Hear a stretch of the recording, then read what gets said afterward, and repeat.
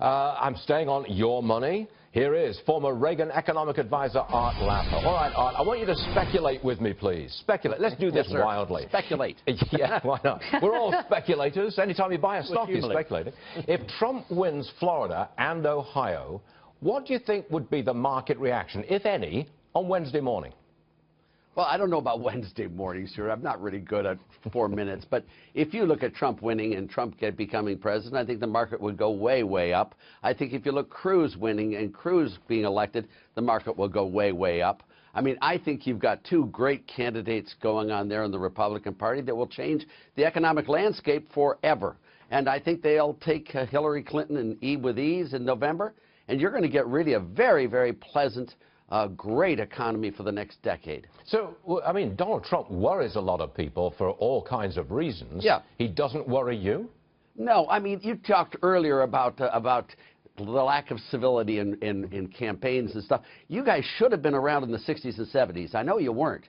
But if you had been, that's when you have hostilities. I mean, the riots, the killings, the whole thing that went on. We are a far more peaceful country today than we were back then. And these rallies, the amount of roughism is much less than it has been historically. And I think the story today is how civil people are, not how hostile they are. But that's the long trend of the U.S. I can remember being locked out of the administration building at the University of Chicago in the 60s. It was held by the Students for a Democratic Society for what, 10 days? I mean, this is amazingly peaceful election process.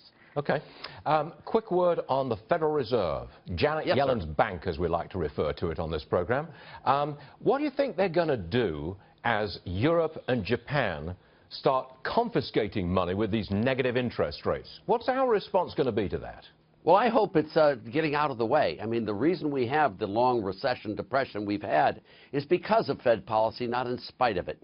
When you have extra low interest rates, Stuart, people are unwilling to lend money to the mortgage market, unwilling to lend money to the capital market, and therefore you have those markets deprived of the funds, and that's why the housing market has done so badly for the last 10 years. I mean, literally for the last 10 years, is you've made it unattractive for people to put capital in those markets.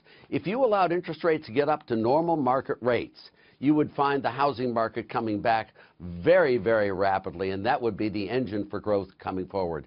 So I hope our Fed, and I think they will, start allowing those rates to be more normal and just get the Fed out of the way. By the way, you're wrong. I remember the 60s and the 70s very, very well, actually. Prime time. But it wasn't. Do you remember how violent it was? Yes, I mean, I do. golly It's a low gee. bar. Yeah, I do. Well, it's not. It was even worse 10, 15, 20 years earlier, Mary. It's true. I mean, it has been getting progressively better. I mean, it's just, you know, this is a couple of very unpleasant events. Very true. But the U.S. is becoming much more civil than we were. If you remember the race riots in the 60s and 70s, they were terrifying. Art, I'm going to remind my 9 grandchildren that I was around for the election of 2000. Oh, please do. Please do. Don't forget that. All right. It's fun.